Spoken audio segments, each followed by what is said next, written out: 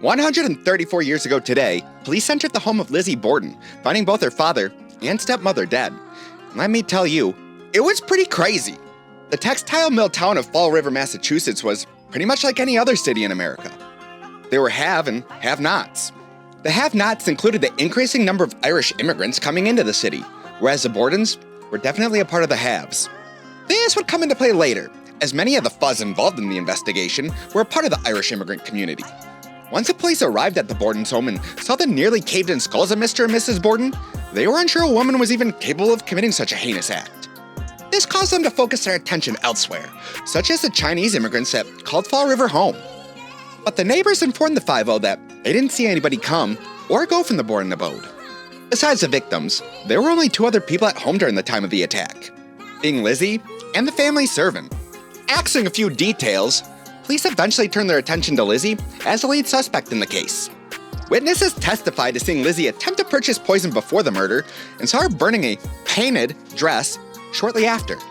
That being said, police did find a small pinprick of blood on one of her other dresses. She claimed that it was from a flea bite, which at the time was used as a euphemism for being on her period, meaning the all-male jury wasn't touching that piece of evidence with a 10-foot pole. The police did find a broken hatchet in the home cellar, the edge of which matched the wounds on Mr. and Mrs. Borden. However, there was no blood on the hatchet, making it difficult to connect to the crime. As the walls were seemingly closing in on Lizzie, her wealthy family began pouring in money to make sure that she'd never get sentenced.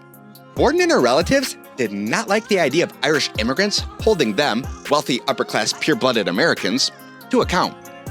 But this was basically what the entire story was about: money. We can't say exactly what happened since Lizzie was acquitted and no one else was found guilty of the crime. So although I personally believe that it was the hash-slinging slasher, most people think that Lizzie killed her parents for money. Seeing her father blow through her inheritance on her mother-in-law's family and knowing he didn't have a will, she decided to take things, or I guess in this case a hatchet, into her own hands.